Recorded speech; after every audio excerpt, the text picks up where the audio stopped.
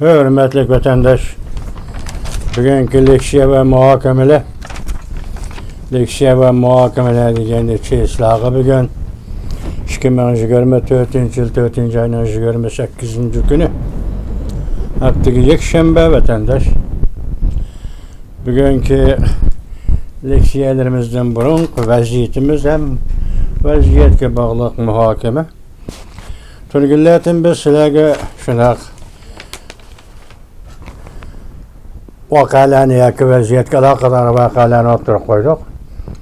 Bu kıtımki mühim iş deseniz, bu kıtım Prezident Joe Biden hükümetinin yukarı derecelik emeldarı devlet işlakatı Antony Blinken'nin çünkü ziyaret kılışı da özünün ziyaret çıkıştın burun. Özünün ağzında gep çıkay yok.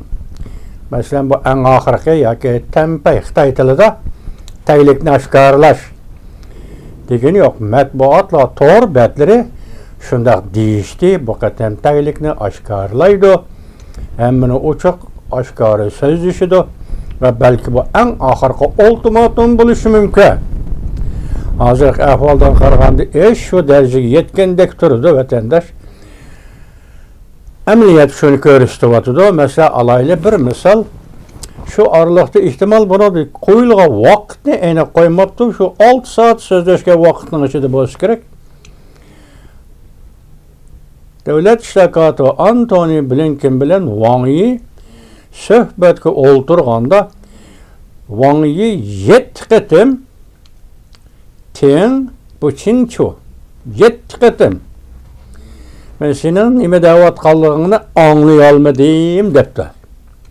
Söhbetleşivatkan iki taraf bir-biriga söhbet fikir bayan qılıvatkanda bir tarafdan gepini anlamadım deyişinin üzü vatandaş bu diplomatiya tarixida ko'rilib bakmagan mutahamlik. Wang Yi'nin men senin sözünü aniq anlamadım degeni diplomatiya tarixida ko'rilib bakmagan mutahamlik. Amaliyatı mutahamlik qiladigan vaqtga keldi degan gap. Masala sözlenib bo'lindi. Masala oshkorlandi. Endi oxirgi qatim taklif, talab. Mushuna qilsa. Mesela bunu da adillaştırsak sen Tayvan 5. ayının 20. günü vazife oturuş murasiminin aldı kaynıda Tayvan'a tehdit sanmaysan. Tayvan doğrusu da ham hıyaldı bulmaysan. Bunu şundak değil. Gap şundak koyuldu deydi. Yani Uygurustan meselesi bu kadar kişilik hukuk değildi vatandaş. Kişilik hukuk. İşte çok mesele. Mesela Rusya bilen ki bu münasebet meselesi yakı Rusya'ya yardım verir. Rusya'nın harbiy sanatiga yardım berish. Bu bir mesele. İkincisi kişilik hukuk. Ondan başka qandaq mesele. Vaqtkin TikTok deyli, mesela Fintayni deyli, yani alakadar. Nurgun taraflar. Muşu meselelerde mesele fikirler. Aşkar oturup koyuldu deyimiz vatandaşım. Şundak boğalık için bu qatam iki devletten münasebetide yerekleşiş başlandı deyiş vatıda hazır. Endi burunki adetlerden qaraganda hazır hem de muqimlik işide yamallashish iki devletning munosabati muqimlik işide yamallashish qarab yuzlandi. Endi hazır tunigan biz O'rta Osiyo tarafdagi yuzlanishni ko'rdik. O'rta Osiyo tarafda Shanxay hamkorlik tashkiloti endi Qozog'iston bilan Xitoyning davlat mudofaa ministri Dong Junning so'zlashgan suhbati radioga chiqib qoldi. Hazırda O'rta Osiyoda hamkorlik tashkilotining 5 davlat diplomatiya ministrlari bir yerga yig'ilib Amerika to'g'risida gap qilgan emish. Masalan, Amerika to'g'risida şimdi demaysan, tarafdor qilishingning majiti yo'q. Bu tarafdagi yuzlanish nemishki Xitoy hukumati darhol bu O'rta Osiyo tarafdagi yuzlanishni harbiy ishlar darajasiga ko'tarib chiqdi deb savol qo'yish haqqimiz bor vatandaş. Çünkü tunigun deydi Qozog'iston armiyasi bilan Jungo armiyasi strategik moslashish va strategik munosabatlarni chunqurlashtirish degan gaplar o'tirg'i chiqdi. Ya'ni bu rayon degan gaplar o'tirg'i chiqdi. Vatandaşlar şunu aytaylik ki konkretlashtirgan vaqtida Tayvan meselesi Amerika Qo'shma Shtatlari bilan Jonghua Xalq Jamhuriyati o'rtasidagi masala. Bunday masala bo'lmasa kerak. Bu Amerika taraf bunda qaramda, qaramamda hozir mush to'g'rida bir gap o'tirg'i chiqmadi. Masalan, nimishqa Tayvan masalasi Jungo bilan Amerika o'tirishga masala bo'lib qoldi. Sababi nima? Deydigan bir savolni hozir Amerika tarafdan anglab boqmadik bunda savolni. Amaliyotda hozir Xitoyning aytayotgan so'zi bo'yicha Tayvan masalasi Amerika bilan Jungo o'tirishga intayin sazgir masala tugadi.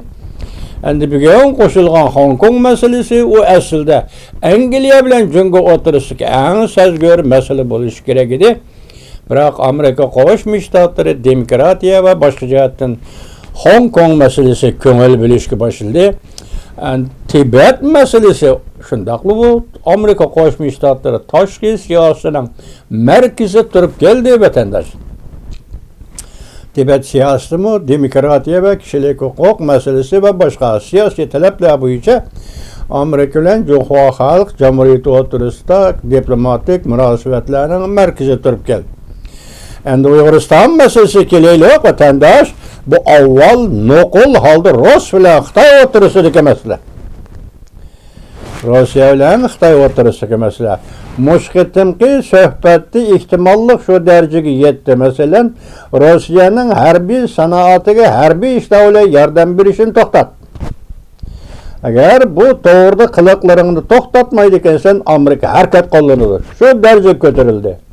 Xo'sh, bu yerda Rossiya bilan Jungo munosabati Ukrainaga bog'liq harbiy qurol-yarog' berish va yordam qilish doirasidan boshqa, ya'ni sizga, bizga boshqalarga aytqilib bo'lmaydigan yana bir taraf Uyg'uriston masalasiga qanday pozitsiya bilan javob qaytarasan? Jungo hukumati va Rossiya hukumati. Bu masala o'ttirib qo'yildi. Bu ikki masala bo'yicha hozir, chunki biz boshdan so'zlab keldik sizlarga.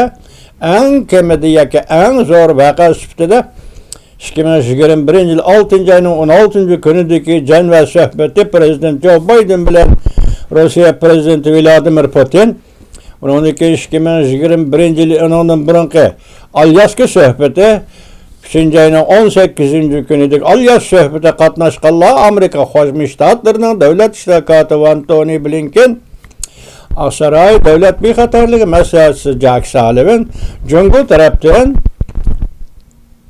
diplomatiya ministri Wang Yi, andaki diplomatiya ishlari amaldori Yang Jiechi. Hozirgacha Yang Jiechi yo'qolib ketdi. Diqqat qilinglar shu masalaga. Ne ketdi bu odam, ha? Mushular bu allaqachon o'ttirga chiqib qolgan masalalarning hammasi Uyg'ur masalasi. Masalan, Uyg'uriston, Tayvan, Hong Kong sening ishga ishing emas chiqib qoldi bu gaplar. Endi navbatda bu besim ham Ukrainaga bog'liq qoldi. Sen Rossiyaga harbiy qurol-yarog' bermasliging kerak. Ikkinchisi, kishilik huquq masalasida Uyg'urlar masalasini bir taraf qilishing kerak. Suhbat shunday bo'ladi vatandosh.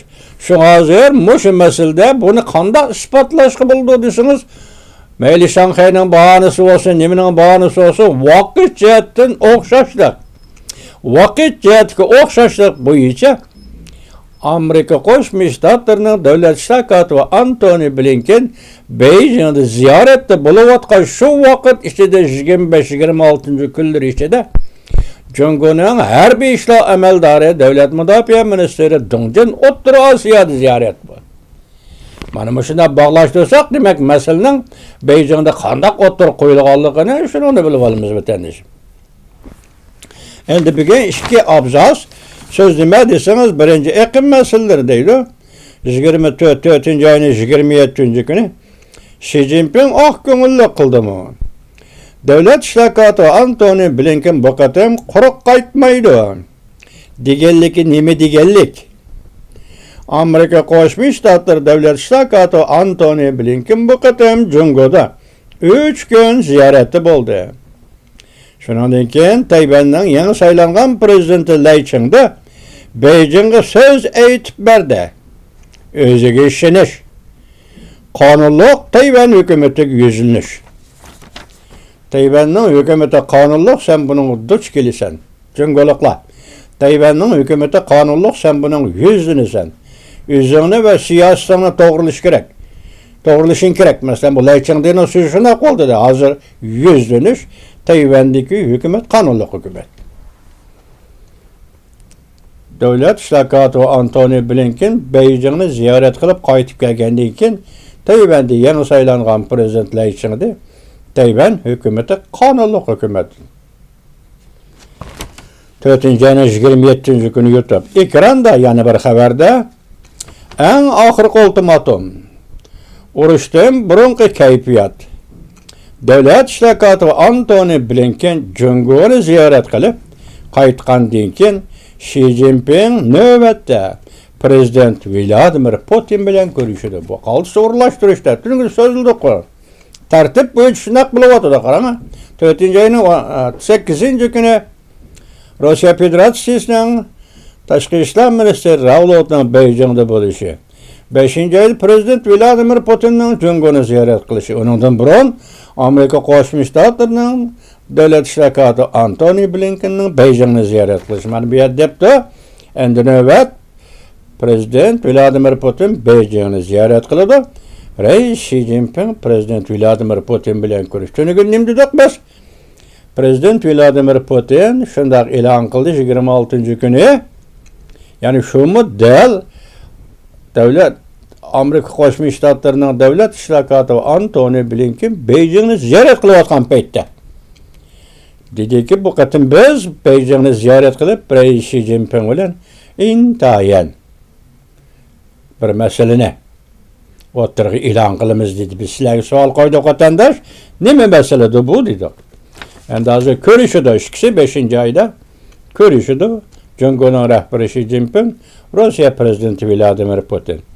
Asli mavzuda mundaq geldi yana. Bu qatim suhbat buzildi. Beijingda suhbat buzildi debdi bu mavzuda. Yani bu yerda gap nima desiniz? Amerika Qo'shma Shtatlarining davlat ishrakati Antony Blinken bu qatim fikrini ultimatum shaklida eng oxirgi uzib tashlash. Gap shu yerda bo'g'ildi. Meki, şeki, teki degan gaplar tugadi. Biz söz boldik sen bilen bunu. İş shu yerda to'xtaydi. Boshlanadigan ish ham shu yerda boshlandi. Tugadi degan gap. Endi bo'ldi, suhbat buzildi debdimi xabar bergisi. Ulug' okean urushi boshlanish oldida Hong Kong birinchi zarbaga uchraydi. Bu nima media analitika 28. kuni YouTube. Demek Ulug' okean deganda yaqinda bir parcha maqola keldi. Uni intayin uzun maqola ekan vatandosh.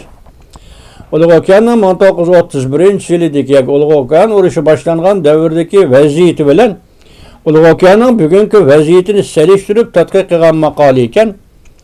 O'xshashlikni shunday dal joyida o'tirib qo'yibdi.